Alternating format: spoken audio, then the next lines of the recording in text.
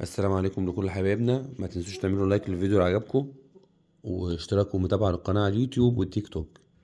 طب احنا هنتكلم النهاردة عن السوفت الازرق. في خاصية كده ظهرت جديد حلوة.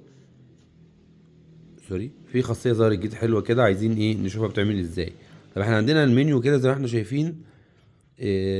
ما تعرفش تشغل القناة اللي هي، يعني ما تعرفش ايه القناة اللي شغالة، عشان يعني مجرد ما تدوس منيو بيفصلك كده عن القناة ويدخل مره واحده كده قط كده على المنيو زي ما احنا شايفين. طب في خاصيه ندخل عليها من الاعدادات. تمام. سوري. ماشي، ضبط النظام. تنزل لاخر حاجه. ريموف منيو باك جراوند هتعملها، نعم. تشغيل. تعال نشوف كده هتعمل لنا ايه.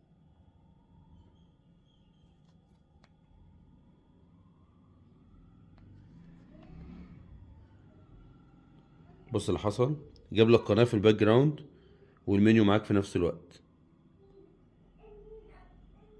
يعني خاصية انا عن نفسي شايفها حلوه يعني، بس على حسب ما انتوا برضو متعودين.